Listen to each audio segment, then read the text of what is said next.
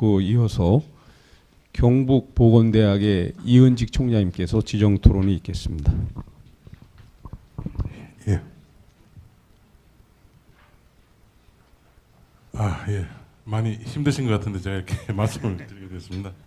경북보건대학교 이은직이라고 합니다. 방금 그 두 대학 총장님께서 이렇게 발표하시는 걸 보니까 저희는 아직 굉장히 초보인 것 같습니다. 아직 준비도 많이 덜 돼 있고 내부적으로 어떤 이론적인 부분 뭐 검토를 한다거나 좀 스터디를 한다거나 그런 지금 단계에서 좀 논의됐던 부분 위주로 저희 대학 사정을 좀 말씀을 드리면 아마 도리어 도움이 되지 않겠나 싶어서 그 위주로 좀 말씀을 드리도록 하겠습니다. 언론에서 뭐 많은 정보를 접하게 되었는데요. 얼마 전 어떤 대기업의 이세 회장 인터뷰 기사를 보다 보니까 이런 내용을 좀 얘기를 하고 있습니다. 최근 어떤 변화에 대한 내용인데요. 첫 번째는 과거에는 5년에 한 번쯤 오던 변화의 흐름이 이제는 매년 닥쳐온다라는 그런 이야기였고요. 두 번째는 지금은 모든 사람과 사물을 연결하는 커넥션과 네트워크가 변화의 열쇠가 되는 데이터 테크놀로지 시대이다.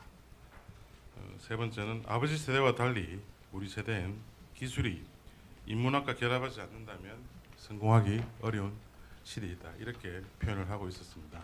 이는 우리 시대는 변화에 능동적으로 대처하지 아니하고 지금 세상의 흐름보다 반발짝 앞선 흐름을 보지 않는다면 앞으로 펼쳐질 4차 산업혁명에서 산업체에 필요한 인재를 교육하는 우리 같은 어떤 대학 측 입장에서는 심각한 위기에 직면할 수 있다는 그런 위기감을 느끼게 되었습니다. 대부분 뭐 다들 아시겠습니다만 4차 산업혁명은 1, 2, 3차 산업혁명에 이어 진행되며 축적된 변화의 에너지가 가속이 붙으면서 엄청난 변화의 속도를 내는 것으로 알고 있습니다.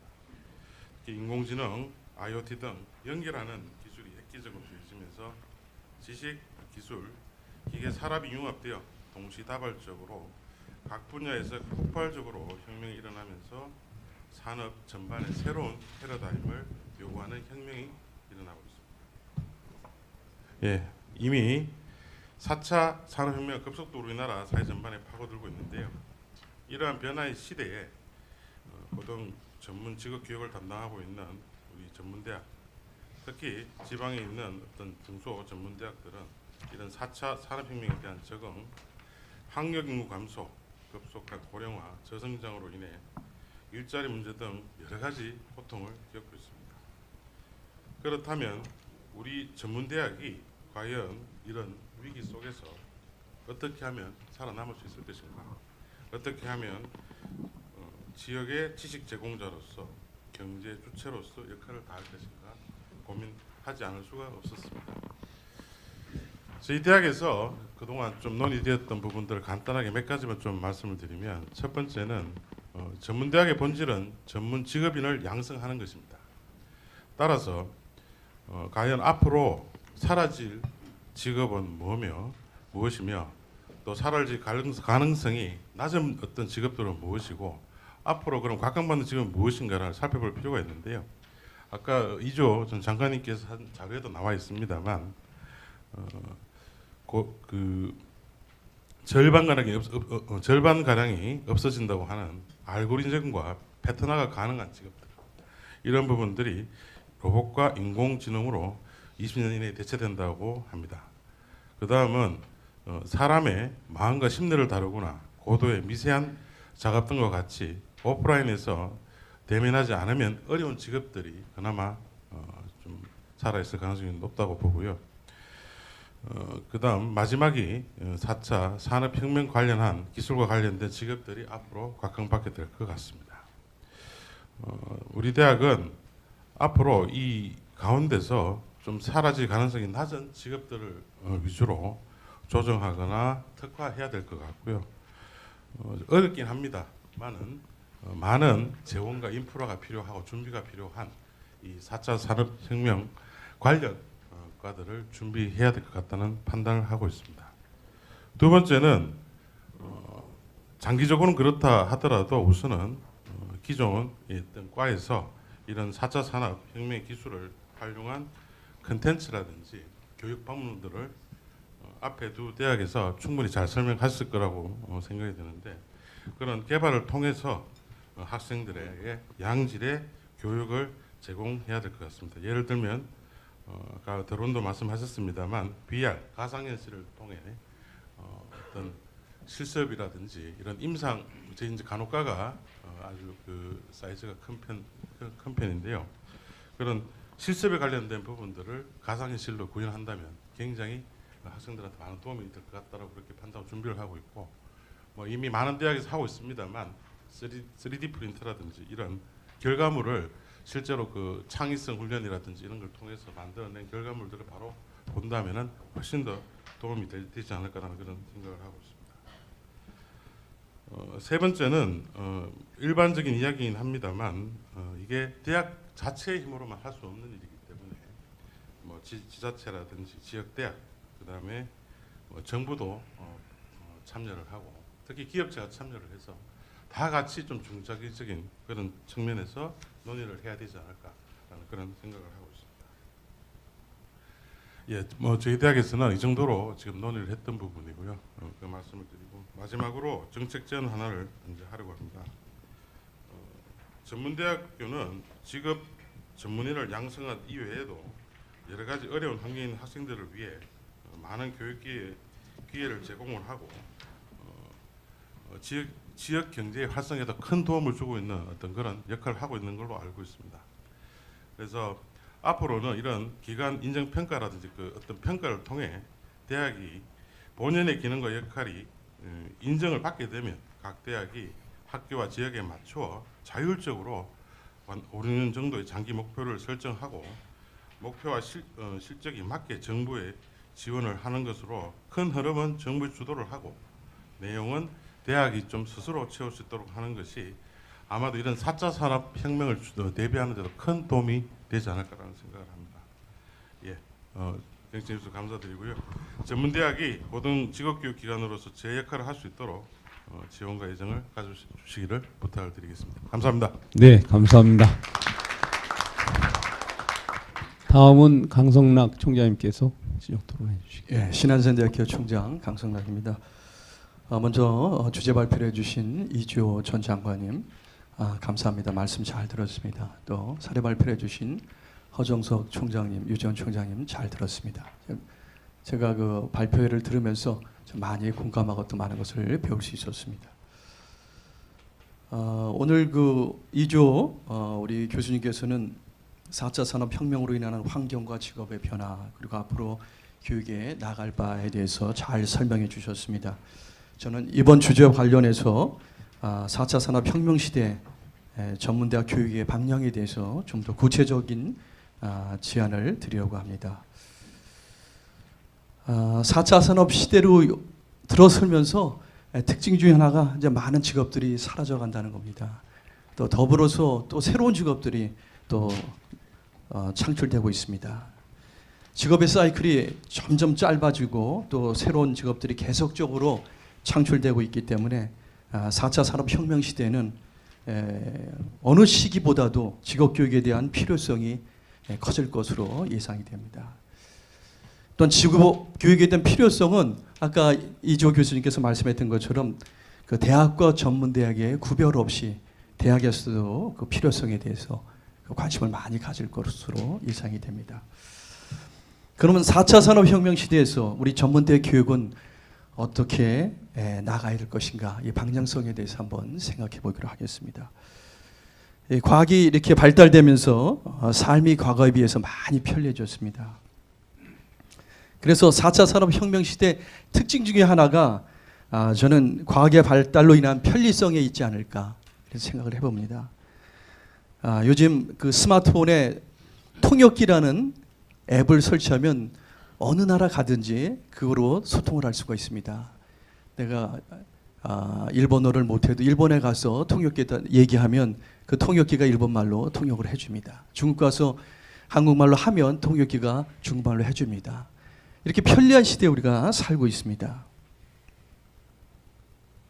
그래서 저는 4차 산업혁명 시대에는 첨단 기술을 개발하기 위한 전문 인력, 전문 지식도 필요하겠지만 또 전문 인력도 필요하겠지만 그 첨단 기술을 활용하고 응용해서 가치를 창출하는 분야에서 더 많은 인력을 필요할 것이라고 예상을 합니다. 드론이 첨단 기술이지만 오늘 유지원 그 총장님 사례 발표를 통해서 드론이 저런 거였구나. 저도 확실히 잘 몰랐는데 많은 것을 배울 수 있는 기회가 되었습니다. 드론이 첨단 기술이지만 이젠 드론을 만드는 사람보다 드론을 잘 활용하는 사람들이 더 필요한 시대가 되었습니다.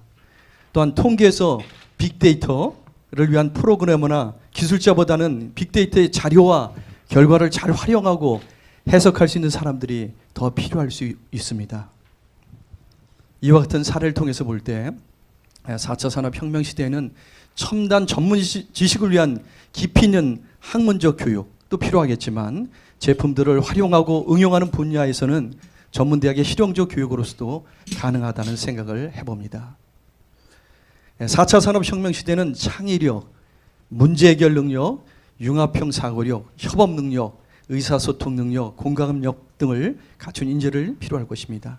따라서 전문대학 교육도 4차 산업혁명 시대에서 요구하는 이와 같은 능력들을 갖출 수 있도록 변해야 된다고 생각합니다. 또 앞으로 무크에 의한 온라인 교육들이 많아지기 때문에 전문대학의 교육이 무크에 의한 온라인 교육과 차별화될 수 있어야 된다고 생각합니다. 학생들에게 이와 같은 자질을 키워주고 또 무크의 온라인 교육과 차별화되기 위해서는 현재 전문대학 교육이 주입식 교육에서 체험식 교육으로 바뀌어야 된다고 생각합니다. 아까 이조 교수님께서 말씀했던 것처럼 4차 산업시대는 패스트 팔로우가 아닌 퍼스트 무버가 돼야 된다 이런 말씀을 했습니다. 퍼스트 무버가 되기 위해서는 정말 많은 것을 실패를 두려워하지 않고 그 실패 속에서 경험하는 그런 생태계를 만들 필요가 있다는 그런 말씀을 해주셨습니다.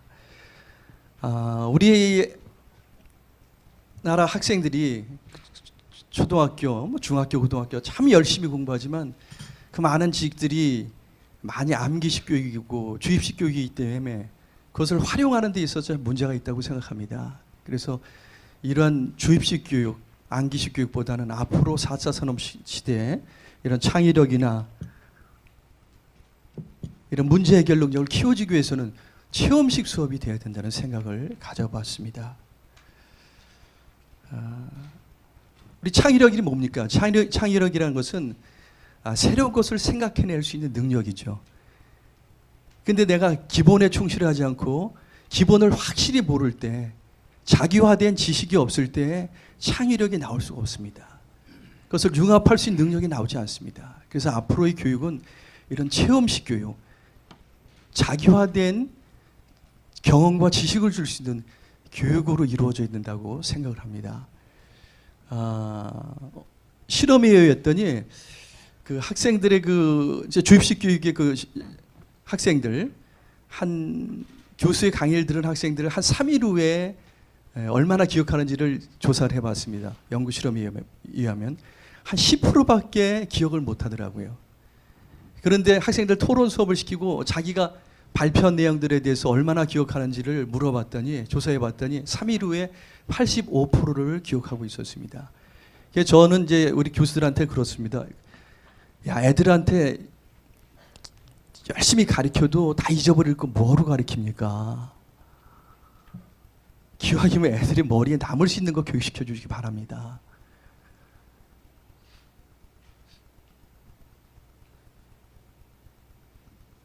우리가 이제까지 했던 수업들이 많이 구경식 수업이라는 생각을 해봅니다. 우리가 필요한 것이 체험식 수업이죠.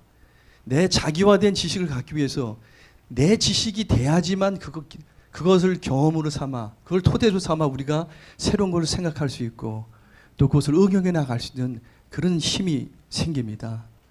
그런 차원에서 체험식 수업 시키고 구경식 수업 시키지 말자. 우리가 자동차를 타고 어디를 몇 번을 갔다 와도 조수석에 앉아 있거나 뒤에 앉아 있으면 우리가 알 수가 없죠. 기억할 수가 없습니다. 그렇지만 운전대에 앉아서 운전해 본 사람만이 기억을 할 수가 있습니다. 우리 학생들을 교육시킬 때 자전거 아무리 타는 거 가르쳐도 실제로 애들이 그걸 기억하지 못하고 자전거를 안 타보면 아무 의미가 없습니다. 조금 시간이라도 한 명 한 명 자전거를 태워준다면 자기들이 알아서 어디든지 꿈을 찾아 갈 겁니다. 그래서 우리가 가르쳐야 될 교육이 정말 기본에 충실한 교육, 학생들의 흥미를 가질 수 있는 교육, 그런 창의력과 그런 그 복합적인 사고, 융합적인 사고를 키울 수 있는 그런 수업이 돼야 된다고 생각을 합니다. 시대가 변하고 있지만 그래서 교육도 변해야겠죠. 그래서 변치 않는 것은 기본에 충실한 교육은 응용력이 있고 또 창의력이 있다고 생각을 합니다. 아까 우리 그 퍼스트 무버가 되기 위해서는 우리 이조 교수님께서는 실패를 두려워하지 말라고 하는데, 그래서 저는 그래요. 우리 학생들한테 2년 동안 정말 뭘 배워줄까? 우선 실패를 두려워해서는 안 된다. 그 실패를 장려하는 우리 문화를 우리가 학교에서 가지고 있습니다. 그래서 학생들 실패해도 괜찮아. 실패는 없다. 그걸 통해서 너희가 배우면 무엇인가를 배운 거야. 애들이 실패를 두려워하지 않으니까 스스로 이렇게 발표도 하고 자신 있게 얘기할 수도 있게 되고, 그 교수님들이 뭘 많이 가르쳐 주려고 하면 제가 그래, 교수님들한테 많은 거 가르쳐 주지 마라. 애들이 다 잊어버릴 거 뭐하러 가르쳐 주냐. 자기들이 좋아서 하면 기억할 수 있을 것이다. 그러니까 창업을 해도 창업에 대해서 교수님들이 막 가르쳐 줘요. 그걸 가르쳐 주지 말고 기본만 가르쳐 주고 나머지는 학생들 팀 짜서 너희들이 어떻게 해야 될지 그것들을 토론해서 발표하게끔 해라. 그럼 애들이 재밌어서 발표하는 과정 속에서 자기들이 스스로 참여했기 때문에 많은 것을 배워가고 있더라고요. 그래서 창의력이라는 것은 재미있을 때 창의력이 나오는 거죠. 미쳐야 미친다는 말이 있습니다. 애들이 정말 어디에 미쳤을 때, 어디에 몰입돼 있을 때 성공할 수 있는 것처럼 빠질 수 있는 교육을 시켜야 됩니다. 아까 우리 이주호 장관님 말씀했듯이 프로젝트 수업에서 learn to learn, 배우기 위해서 배운다. 저 배움이 깊어진다. 또 horizontal learning, 교수로부터 배우는 게 아니라 학생들로부터 배운다. 근데 학생들이 자기가 생각하고 자기가 발표했던 것들은 기억하더라고요. 자기 체험화가 되고 자기 지식화가 되더라고요. 그래서 많은 것을 가르쳐 주려고 하지 않고 저희는 그냥 가끔 수업 시간에 동영상 띄워서 그거 가지고 애들 보러 서로 자기 생각을 논의하게끔 하고 발표하게끔 하고 한다고요.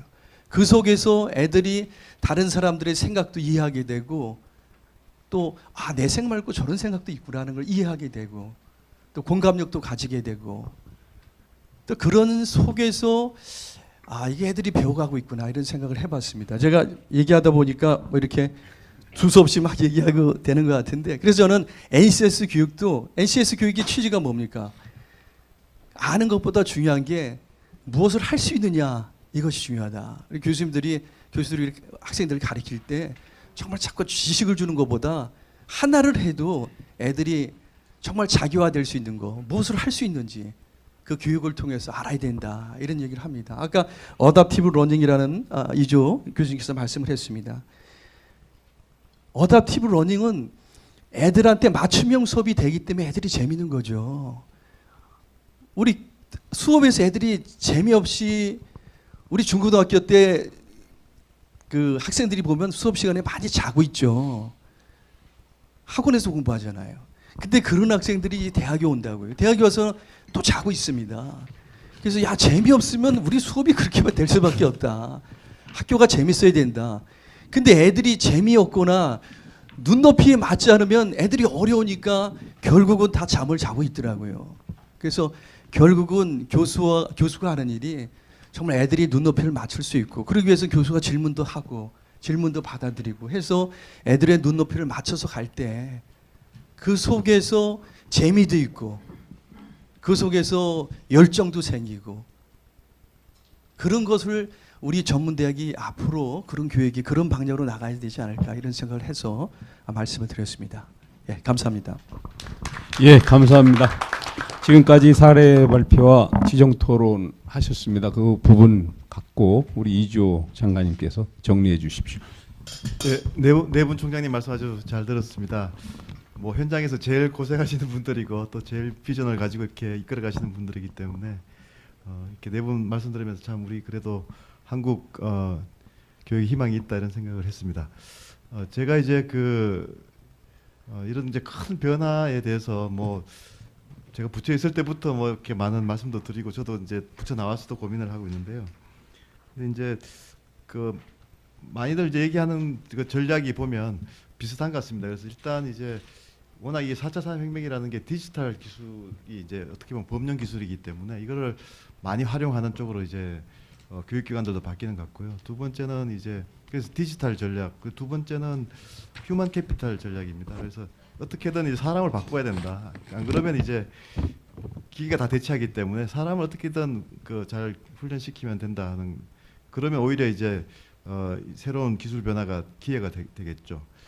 이제 세 번째가 오르가니제이셔널 스트래티지입니다. 그러니까 조직을 바꿔서 기계가 대체하지 못하는 그런 이제 생산성과 활력을 가지는 새로운 조직 형태를 많이 이야기합니다. 그래서 기업들도 이제 대기업보다는 스타트업이나 또 마이크로 멀티내셔널이라 그래서 이제 한 10명, 12명밖에 안 되는 그 종업을 가지고 있지만 세계를 상대로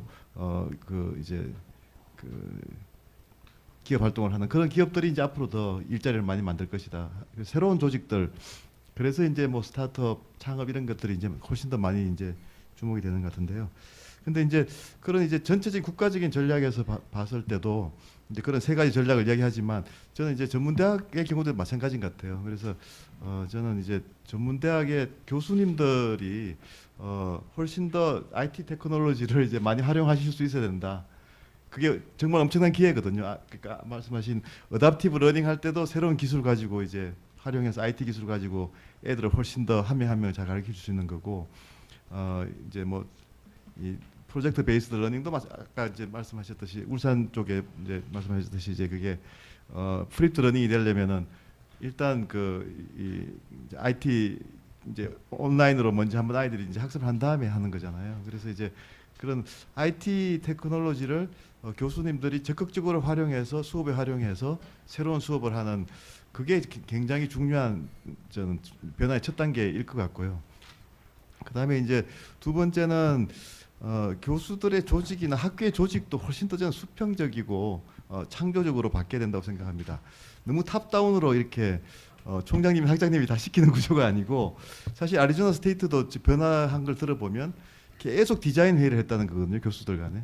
교수들 한테서 아이디어가 나와야지 그게 정말 현장에서 필요한 아이디어지, 뭐 총장님이 이렇게 해외 한번 가보고 이거 한번 해봐 이거는 아니거든요. 그건 옛날에 패스트 팔로우의 모델이지, 퍼스트 무버들은 현장에서 정말 고민하다가 새로운 아이디어들이 얼마나 많이 나오느냐 하는 거고, 학교도 마찬가지인 것 같습니다. 그래서 훨씬 더 학교의 조직 형태도 수평적이고 교수님들의 그런 자발적인 참여나 교수님들 스스로의 혁신 같은 것들을 많이 이끌어낼 수 있어야 된다고 생각합니다. 그래서 저는 이 전문대학의 조직 자체가 과거의 전문대학 조직하고는 훨씬 다른 조직이 돼야 된다 하는 말씀을 좀 드리고 싶고요. 두 번째는 그 생태계 말씀을 드렸지만 생태계적으로 좀 접근을 해야 된다. 그래서 대학 하나가 바뀔 수가 없거든요. 지금은요. 바뀌어봐야 그게 뭐 취직이 안 될 수도 있고, 또 그 지역이 뭐 전혀 못 따라오면은 뭐 모든 것이 다 어려워질 수 있습니다. 그래서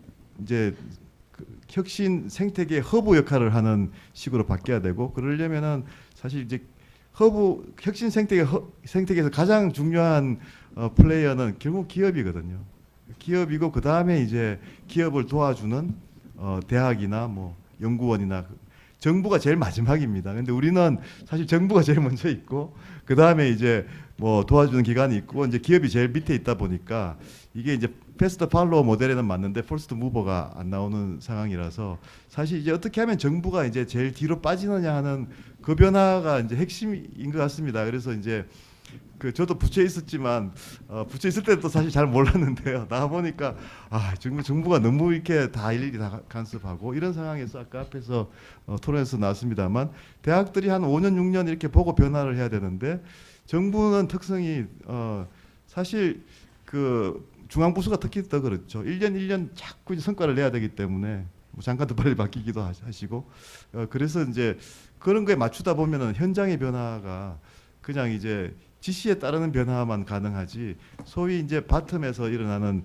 정말 그 4차 산업혁명에 맞는 변화가 일어나기 힘든 구조입니다. 그래서 제가 생태계를 계속 말씀드리는 것도 결국은 정부의 역할이 바뀌고 그 정부 역할이 바뀌는 과정에서 저는 대학이 굉장히 중요한 이제 혁신 생태계 리더로 나서줘야지 이제 생태계가 구성이 되거든요. 그래서 그런 면에서 이제 대학만 보시지 마시고 이제 지역의 생태계까지도 좀 리더 역할을 하시는 그런 쪽으로 가셔야 되고 뭐 여기 부처에도 와 계십니다만 부처에서는 정말 이제는 생태계로 접근을 해야지 하나하나 대학에 대해서 직접 지원을 하거나 뭐 직접 지시를 하거나 이런 것들은 저는 최소화하는 쪽으로 제가 뭐 당신 있을 때 잘하지 왜 지금 와가지고 얘기하냐면 너무 송구스럽습니다만 하여튼 좀 그런 변화가 지금은 그런 변화를 안 하면은 다 같이 지금 이제 생태계를 못 만들면 다 망하는 거거든요. 그래서 사실 좀 절박한 상황이고 그래서 그런 면에서 이 전문대학 총장님들의 리더십이 정말 소중하고 정말 좀 치고 나가시고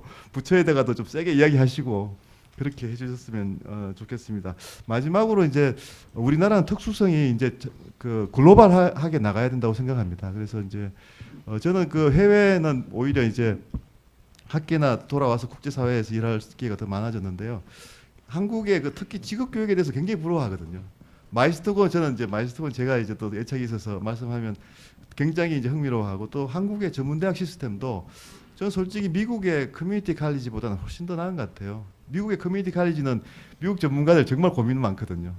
그리고 최근에 이제 그걸 대체하기 위해서 나오는 소위 오큐페이셔널 칼리지라 그래서 그건 이제 for profit 학교들인데 그건 또 그거대로 문제가 많습니다. 그러다 보니까 우리나라처럼 이렇게 non profit 이 2년제, 3년제 이런 대학 시스템 또 특히 직업 기술에 이렇게 포커스를 맞춘 교육 기관이 있는 거에 대해서 굉장히 부러워하거든요, 사실은. 그래서 저는 이 좋은 이런 지금 이제 이 전문대학 체제라는 걸 우리나라가 갖고 있는 이점이 있기 때문에 여기서 저는 아까도 말씀드렸지만 계속 변화가 사실 저는 전문대학에서 훨씬 더 빠를 수 있다.